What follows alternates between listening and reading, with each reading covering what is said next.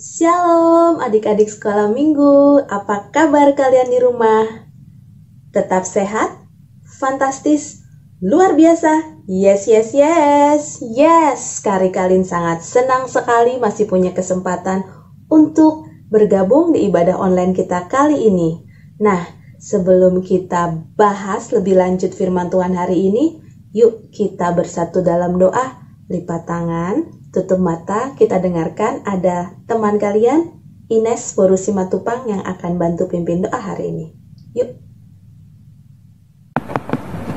Mari kita bersatu dalam doa. Ya Tuhan, terima kasih Engkau telah memberikan kami kesehatan. Berkatilah orang tua, teman, dan kakak sekolah minggu kami. Semoga corona cepat selesai dan kita bisa beribadah tatap muka langsung di gereja. Dan semoga ibadah jarak jauh ini bisa berjalan dengan lancar. Sembuhkanlah juga orang yang sedang sakit ya Tuhan. Dalam nama Yesus Kristus kami berdoa dan mengucap syukur. Haleluya, amin. Nah adik-adik, setelah ini jangan lupa ya diambil Alkitabnya. Kita mau bahas lagi tentang firman Tuhan yang tadi sudah dikhotbahkan oleh Amang Pendeta. Yuk, sudah siap Alkitabnya? Coba kakak mau lihat. Good. Nah, sekarang kita mau bahas ayat Alkitab dari kitab Roma pasal ke-13 ayat 11 sampai 14. Nah, adik-adik, kalian tahu tidak kitab Roma itu terdapat di perjanjian apa sih? Ya, perjanjian baru. Nah, kitab Roma ini adalah tulisan dari surat Rasul Paulus. Siapa sih Rasul Paulus? Rasul Paulus itu adalah salah satu rasul ya yang suka menyebarkan firman Tuhan, suka mengingatkan saudara-saudaranya tapi lewat surat. Jadi, selain ke daerah Roma, Paulus juga mengirimkan banyak surat ke daerah-daerah lain ya. Ada ke daerah Galatia, Efesus, Titus, Filemon, Ibrani, dan banyak lagi. Kalian bisa lihat di perjanjian baru ada di situ semua kitab-kitab tempat di mana Paulus mengirimkan surat-surat ya tentang kebenaran firman Tuhan. Oke, di ayat 11 sampai 14 tadi kita sudah dengar ya penjelasan dari Amang Pendeta ya. Di ayat 11 di mana bunyinya, hal ini harus kamu lakukan karena kamu mengetahui keadaan waktu sekarang, yaitu bahwa saatnya tiba bagi kamu untuk bangun dari tidur. Sebab sekarang keselamatan sudah lebih dekat bagi kita daripada waktu kita menjadi percaya. Nah, adik-adik, di ayat 11 ini, lewat surat Rasul Paulus kepada orang-orang di Roma, Rasul Paulus juga ingin mengingatkan kita, kakak, adik, mama, papa, dan semua orang untuk bangun. Bangun dari mana? Memang sih kita setiap pagi bangun pagi ya, tapi bukan itu. Maksudnya adalah di sini bangun, sadar, dan siaga. Siaga untuk apa? Untuk melakukan kebaikan, untuk melakukan perbuatan-perbuatan yang baik. Kenapa? Karena kita sudah dapat anugerah keselamatan. Tuhan Yesus ingin selain kita mendapat anugerah keselamatan, kita juga menjadi pelaku-pelaku firman atau pelaku-pelaku perbuatan yang baik. Nah, jadi sudah saatnya nih kita tidak boleh terlena lagi, kita tidak boleh malas-malasan lagi. Kalau kita tahu memang kita harus berbuat baik, berbuatlah yang baik. Oke? Lalu di ayat 12 juga dikatakan, hari sudah jauh malam, telah hampir siang. Sebab itu, marilah kita menanggalkan perbuatan-perbuatan kegelapan dan mengenakan perlengkapan senjata terang. Nah, di ayat 12 kita juga diingatkan untuk meninggalkan perbuatan-perbuatan kegelapan. Apa saja sih Kak? Contohnya perbuatan-perbuatan kegelapan itu. Nih, satu nih. Kalau kita kadang-kadang masih suka bohong, atau kita kadang-kadang masih suka mau menang sendiri, atau kita kadang-kadang masih sombong, gak mau kalah sama yang lainnya, maunya kita terus yang menang. Atau juga perbuatan gelap yang lainnya nih, gampang marah, gampang emosi, terus akhirnya berkata-kata kasar dan menyakiti sesama kita. Nah, adik-adik, ini semua berkaitan loh ayat 11 kita diingatkan kita untuk sadar, dan ayat ke-12 kita diingatkan juga untuk menanggalkan perbuatan-perbuatan yang tidak baik atau perbuatan-perbuatan kegelapan. Ya, pergunakanlah senjata terang. Nah, sudah selayaknya bagi kita anak-anak Tuhan yang sudah mendapatkan anugerah keselamatan untuk tidak lagi melakukan perbuatan-perbuatan kegelapan. Ya, lanjut kita masuk ke ayat 13. Marilah kita hidup dengan sopan seperti siang hari, jangan dalam pesta pora dan kemabukan, jangan dalam percabulan dan hawa nafsu, jangan dalam perselisihan dan iri hati. Nih, ingat gak lagu Yesus menginginkan daku bersinar baginya, manis dan sopan selalu ketika ku bermain. Ini juga berkaitan ya dari ayat 11, 12, dan 13. Tuhan Yesus ingin kita hidup dengan sopan. Ya, tadi di ayat 12 sudah ditinggalkan semua perbuatan-perbuatan kegelapan. Ya, sekarang masuk ke ayat 13, kita harus berlaku sopan, harus ramah. Ya, harus sopan sama orang yang lebih tua, sama mama papa, sama tulang, sama opung, sama kakak. Ya, harus sopan. Terus yang ketiga, harus menghargai atau respect. Ya, kita nggak boleh asal-asalan lagi memperlakukan orang. Ya, karena kita sudah terima keselamatan. Terus Tuhan juga ingin kita melakukan perbuatan-perbuatan yang baik. Kita sudah tinggalkan sikap-sikap jelek kita, ya, yang tidak sesuai dengan perintah Tuhan. Ya, lakukan perbuatan yang sopan. Ya, adik-adik percaya nggak? Kalau kita bisa melakukan itu semua, kita bisa mengurangi sifat-sifat jahat kita tanggalkan sifat-sifat jahat kita, terus kita berubah menjadi melakukan perbuatan-perbuatan yang baik, ya, yang sopan. Tuhan juga pasti akan melimpahkan berkatnya untuk kita, ya.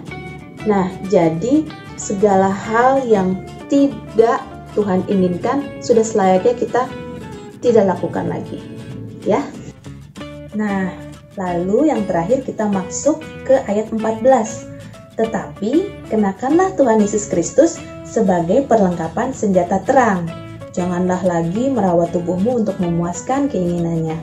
Nah, jadi sebagai di penghujung ayat yang kita pelajari hari ini, Tuhan Yesus juga ingin mengingatkan kita untuk menjadikan Tuhan sebagai senjata terang. Maksudnya apa, Kak? Memang kita tuh sebenarnya tidak mudah untuk melakukan semua itu. Sebenarnya tidak mudah untuk menanggalkan kejahatan. Sebenarnya tidak mudah untuk selalu berbuat sopan. Tapi Tuhan Yesus menjamin apabila kita berserah kepada Tuhan, ya, Tuhan pasti akan berikan hikmatnya, Tuhan pasti akan berikan kekuatannya, sehingga lewat senjata terang, lewat perbuatan-perbuatan terang, ya, lewat perbuatan-perbuatan yang menyukakan hati Tuhan, Tuhan akan berikan kita kemampuan untuk melakukan semuanya itu. Oke? Adik-adik, setelah ini kakak akan putarkan satu video refleksi yang bisa kalian lihat, dan semoga lewat video ini kalian juga bisa belajar sesuatu ya. Yuk, selamat menyimak.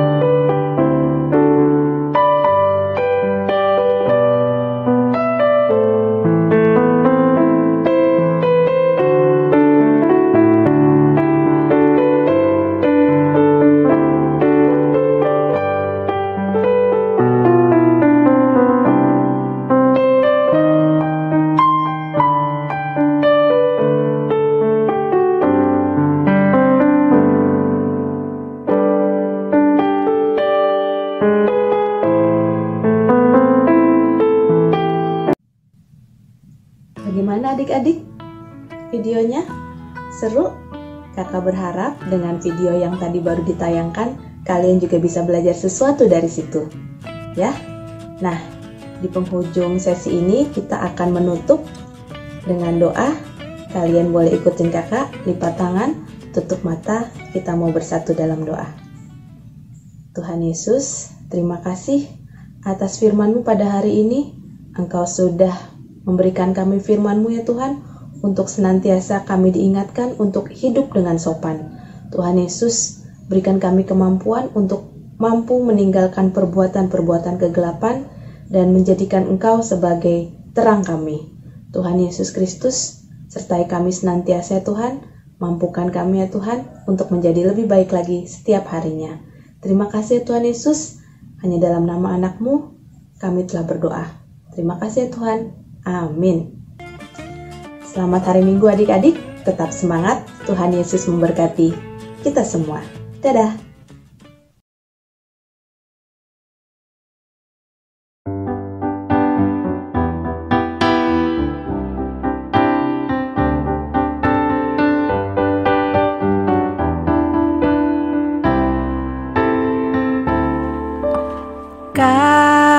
Kasih pasti lemah lembut, kasih pasti memaafkan, kasih pasti murah hati, kasih-Mu, kasih-Mu Tuhan. Kasih pasti lemah lembut, kasih pasti memaafkan, kasih pasti murah hati, kasih-Mu kudus tiada batasnya.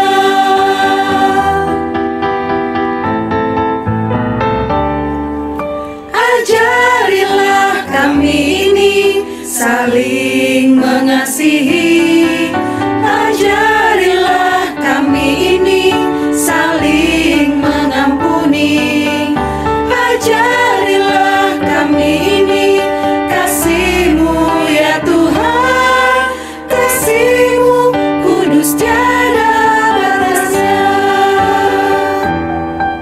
kasih-Mu kudus tiada batasnya.